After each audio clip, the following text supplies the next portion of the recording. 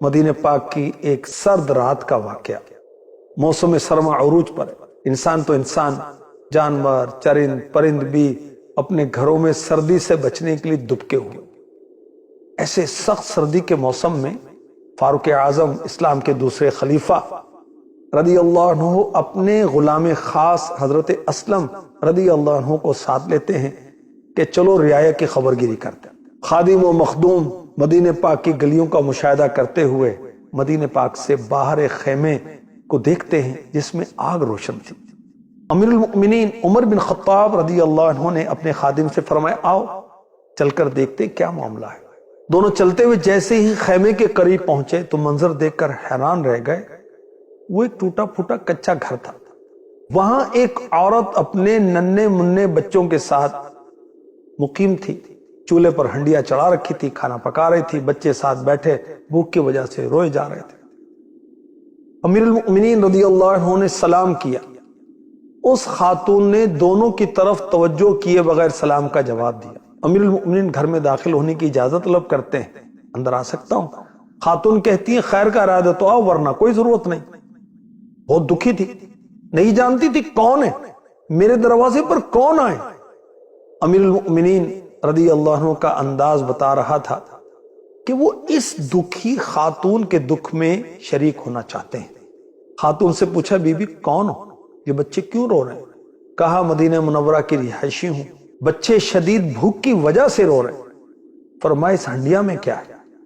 کہا اس میں تو پانی ہے، بچوں کو بہلانے کے لیے آگ پر چڑھا رکھا ہے تاکہ کھانا پکنے کے انتظار میں بچے سو جائیں۔ اس دکھیاری خاتون نے اپنے دل کا درد بیان کیا۔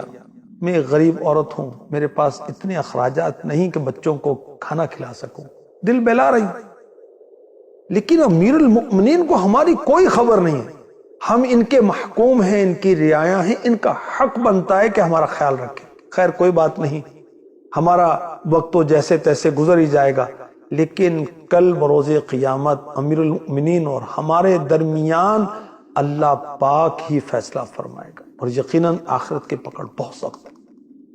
یہ سننا تھا۔ فاروق اعظم رونے لگے، نرم لہجے فرمانے لگے بی بی اللہ پاک تم پر رحم فرمائے، تمہاری مصیبتوں پریشانیوں کو دور کرے، امیر المؤمنین کو کیا معلوم تم اس حال میں ہو۔ سوالیہ لہجے میں خاتون نے کہا ہمارا حاکم ہے اور ہم سے غافل ہے، اسے معلوم نہیں ہم کس حال میں۔ امیر المؤمنین عمر بن خطاب فاروق اعظم رضی اللہ عنہ اس دکھیاری خاتون کا یہ حال دیکھ کر گھر سے باہر آئے، اپنے خادم حضرت اسلم رضی اللہ عنہ سے فرما میرے ساتھ جلدی چلو۔ بہت گہری سوچ میں گم تھے اور اس خاتون کی حالت زار آپ پر گہرے نقوش چھوڑ رہی تھی۔ جو پہلے اپنے خادم سے گفتگو کرتے ہوئے یہاں تک پہنچے تھے، اب خاموشی کی چادر تانے تیزی کے ساتھ رواں دواں تھے۔ تھوڑی دیر کے بعد دونوں ایک غلے کے گودام پر پہنچے۔ امیر المؤمنین فاروق اعظم رضی اللہ عنہ جلدی سے ایک بوری آٹا، کھجوریں، کچھ رقم اور کھانا پکانے کے دیگر لوازمات ساتھ لیے۔ خادم سے فرمایا اسلم ان ساری چیزوں کو میری پیٹھ پہ لاد دو۔ خادم نے عرض کی حضور آپ مجھے حکم فرمائے، میں اسے اپنی پیٹھ پر لاد کر اس عورت تک پہنچا دوں گا۔ خادم کی طرف دیکھا اور کہا آج اس دنیا میں تو میرے حصے کا بوجھ اپنی پیٹھ پر لاد لے گا، لیکن یاد کر اس دن کو جس دن کوئی جان کسی دوسری جان کا بوجھ نہیں اٹھائے گی اور کسی کی تکلیف دوسرے کو نہیں دی جائے گی۔ کیا تو اس دن بھی میرا بوجھ اٹھائے گا؟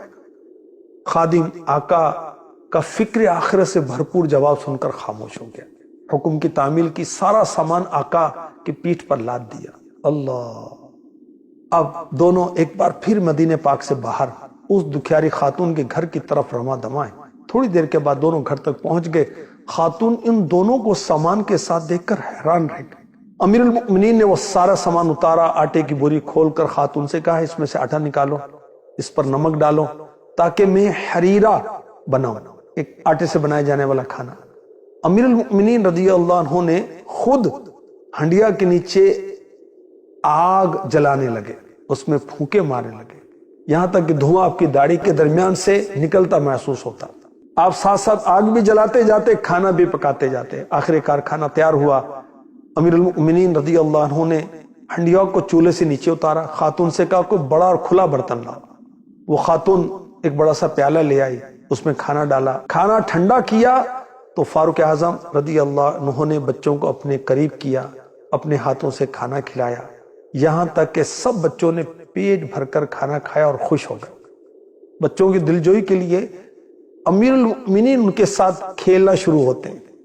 بچوں کی خوشی میں مزید اضافہ ہو گیا اور بچے کھیلتے کھیلتے نیند کی آغوش میں چلے گئے۔ بقیہ کھانا خاتون کے پاس چھوڑ کر اپنے خادم حضرت اسلم رضی اللہ عنہ کے پاس آ کر اس طرح بیٹھ گئے گویا آپ کو قلبی سکون حاصل ہوا، کندھے سے بوجھ اتر گئے۔ خاتون متوجہ ہوئی، کہنے لگی تم کتنے شفیق ہو، کتنے رحم دل ہو، تم نے مصیبت کی گھڑی میں ہماری مدد کی، میرے روتے ہوئے بچوں کے چہروں پر مسکراہٹ کے موتی بکھیرے، میں کس منہ سے تمہارا شکریہ ادا کروں؟ اللہ پاک کہ تمہیں اس کی بہتر جزا عطا کرے گا۔ حقیقت تو یہ ہے تم ہی امیر المؤمنین بننے کے حقدار ہو۔ حضرت اسلم رضی اللہ عنہ دیکھ رہے تھے، خاتون کے لہجے میں واضح تبدیلی آ چکی تھی، وہ دل سے خوش دکھائی دے رہی تھی۔ امیر المؤمنین کی جگہ کوئی اور شخص ہوتا تو اپنی تعریف پر پھولا نہ سماتا، لوگوں میں جا کر سینہ چوڑا کر کے کارنامے بیان کرتا، لیکن آپ نے بالکل توجہ نہ دی۔ فرمایا بی بی جیسا تم کہہ رہی ہو ویسا بالکل نہیں، میں اور امیر المؤمنین بننے کا حقدار، یہ تو بڑی عجیب بات ہے۔ ہاں ایک بات ضرور ہے، اگر تم کبھی امیر المؤمنین کے دربار میں آؤ گی مجھے وہاں ضرور دیکھو گی۔ پھر فاروق اعظم رضی اللہ عنہ نے اللہ پاک کا شکر ادا کیا اور خادم حضرت اسلم رضی اللہ عنہ کی طرف متوجہ ہو کے فرمایا، اے اسلم، بھوک نے ان بچوں کو جگا رکھا تھا، بھوک انہیں رلا رہی تھی، میں نے یہ حالت دیکھی تو مجھے اپنے بچے یاد آ گئے، میں نے دل میں یہ تہیہ کر لیا، ان بچوں کی بھوک کو شکم سیری اور رونے کو ہنسنے اور غم کو خوشی میں تبدیل نہ کر دوں جب تک چین سے نہ بیٹھوں گا، نہ ہی واپس گھر جاؤں گا۔ اللہ پاک کا شکر ہے میں اپنے مقصد میں کامیاب ہو گیا۔ اب مخدوم و خادم دونوں مدینے پاک کے مبارک گلیوں سے ہوتے واپس اپنے گھر آ جاتے ہیں۔ اللہ ہمیں بھی توفیق دے، اپنے بچوں کی فکر تو سارے کرتے ہیں، اپنے پڑوسیوں کی فکر کریں، رشتہ داروں میں غریب لوگ ہیں ان کے بچوں کی، اس قوم میں، اس ملت میں، اس امت میں جو غریب لوگ ہیں اللہ توفیق دے، ان کو کھانا کھلائیں، کچھ ان کو رقم دے دیں، ان کو کچھ اناج بھیج دیا کریں، کوئی گوشت بھیج دیا کریں اور کوئی چیزیں بھیج دیا کریں، ایک دوسرے کا حال پوچھا کریں، ایک دوسرے کی مدد کرنا اللہ ہمارے مقدر میں فرما دے، آمین۔